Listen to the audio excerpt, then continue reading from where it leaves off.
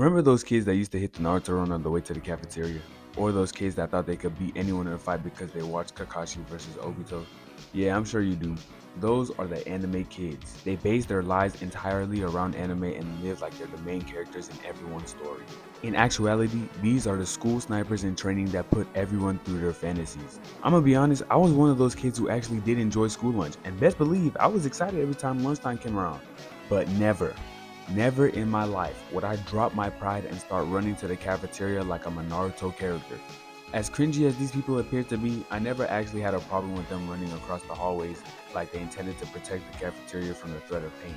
It was hilarious seeing how desperate these kids were to try to get in front of the line first to get their food. It seems like these characters are harmless until you realize how different they are when they're transitioning to lunch and transitioning to class. These monsters would undergo a transformation I like to call Prime Marshawn Lynch and start acting upon it. They mercilessly truck anyone in their way just to get to their next class. I'm using so much detail to describe these things because I was once a victim of their attacks. I'm not gonna lie, I definitely almost saw red when he shoved the hell out of me trying to get to his class. I was ready to extend my leg and trip the shit out of him, but I decided to be a bigger man and let him go. Now, do I regret sparing this guy and not embarrass him in front of the hallway?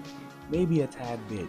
But at the end of the day, you gotta let these guys live out their fairy tales and find out for themselves about how they look like library bombers. I haven't even mentioned the variation of these kids that think they can fight like actual anime characters.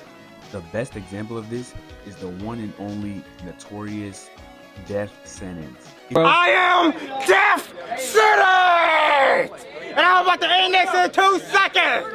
If you don't know, this is arguably one of the worst fighters on planet Earth. He fights in one of those street beef MMA fights and he stands out because of his charisma and the fact that he learns his skills from the TV shows he watches. Apparently, he trains by drawing his technique from Batman himself. But since he rocks the Naruto headband, he represents the Naruto community as well. Now this dude is 1 in 5 in all his fights, hinting that his Batman technique doesn't exactly kick in when it matters. Especially if that technique looks like this.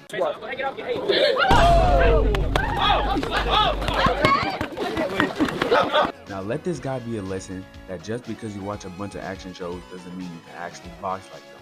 I'm speaking from experience now when I say this because I was training at an MMA gym once for fun, and mind you, I was already 1-0 with this dude when it came to sparring. It was supposed to be like a light spar, but I was playing around acting like I was prime Israel Adesanya. Mind you, I wasn't hitting him hard. I was literally just jabbing him like lightly and all that. Until this dude just hits me with the strongest right hand of all time. Now, I didn't get knocked out or anything, but that shit woke me up. I then realized this man had murderous intent because of how I won our first sparring.